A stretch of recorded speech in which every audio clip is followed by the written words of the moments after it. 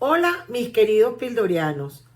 Uno de los 50 científicos más influyentes del mundo, además judío, afirma de manera contundente que Jesucristo es el Mesías. Vale la pena verlo. Ahí viene. Espero que les guste. Un abrazo.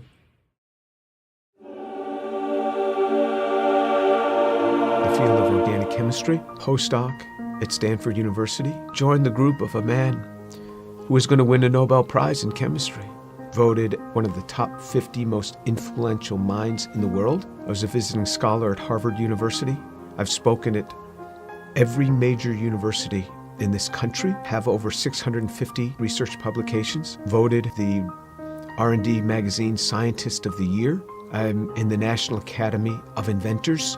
I'm a member of the American Association for the Advancement of Science, over 120 patents, started 7 or 8 companies. We work in areas that range from medicine to material science to electronics, computer memory, medical devices. We work across a broad range of areas. But more than any of that, what means the most to me is that I'm a Jew who believes that Jesus is the Messiah. I grew up just outside of New York City. I thought everybody was Jewish. I didn't even know that there was anything else. I had no particular interest in that, other than when all my friends were getting bar mitzvahed or bat mitzvahed, and then I would attend, of course, every week. There was never really any excitement for me.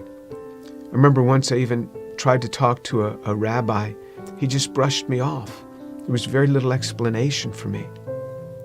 I remember when I went to college, I started meeting a number of people that said that they were born-again Christians, which was sort of an odd term. What's born again? What do you mean, born again? One person saw me in the laundry room. He said, "Do you mind if I give you an illustration of the gospel?" And I remember we sat there and he actually started to draw a picture.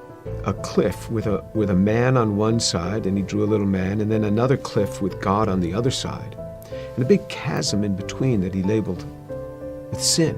And I looked at him, I said, "I'm not a sinner. I've never killed anyone. I never robbed a bank. How could I be a sinner?"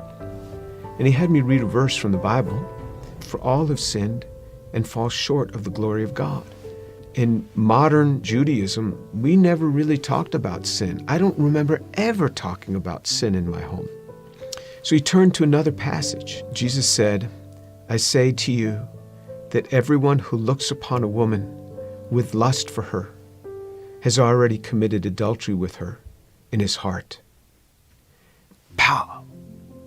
I felt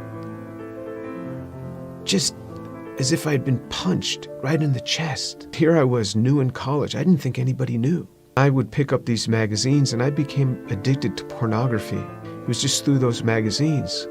And all of a sudden, something that's written in the Bible, somebody who lived 2,000 years ago is calling me out on it. And I felt immediately convicted. And that now I realized I was a sinner. When I read in the scriptures what sin is, then I knew I was a sinner. How am I going to get to God? We Jews know this better than anyone else. Without the shedding of blood, there is no forgiveness of sin. This description in Isaiah 53 of how he will bear upon himself my sin, the things that I had done, and this was him. This was the man that took this upon himself on the cross. The perfect God comes and gives himself for us. He is the one that gives himself for us. I started to realize how Jewish the New Testament is. This book is so Jewish. The New Testament is so Jewish. It's all around Jewish people. And then on November 7th, 1977, I was all alone in my room. The realization that Yeshua is the one who died on the cross.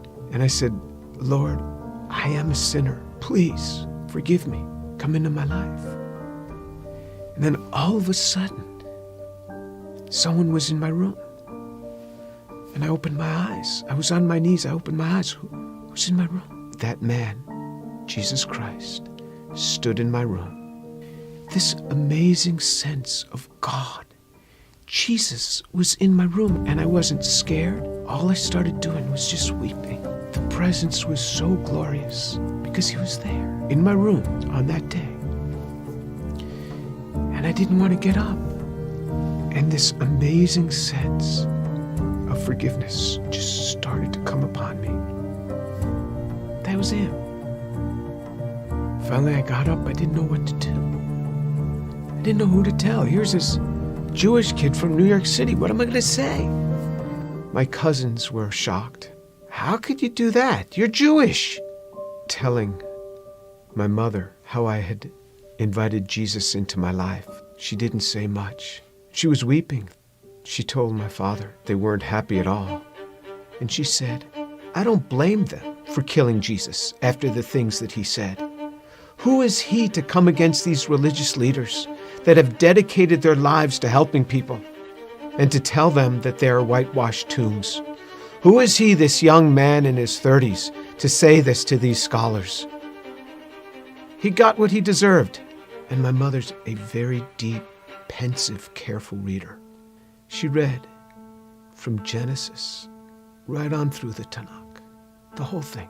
When she got done, I said, what did you think? She said, God warned us over and over again. He warned us. When my daughter was about 15, my mother and father came to visit us. At one point, my mother went into her room for several hours. She came out. She said, quite a young girl you have. She talked to me for a long time.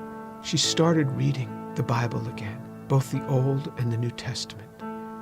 One day, not long after that, she called me on the phone at the age of 72. She said, Jimmy, you wouldn't believe what happened. I said, what happened? She said, I was just reading. And it hit me. It hit me. The way he gave his life. I believe it now. Jesus is the Son of God.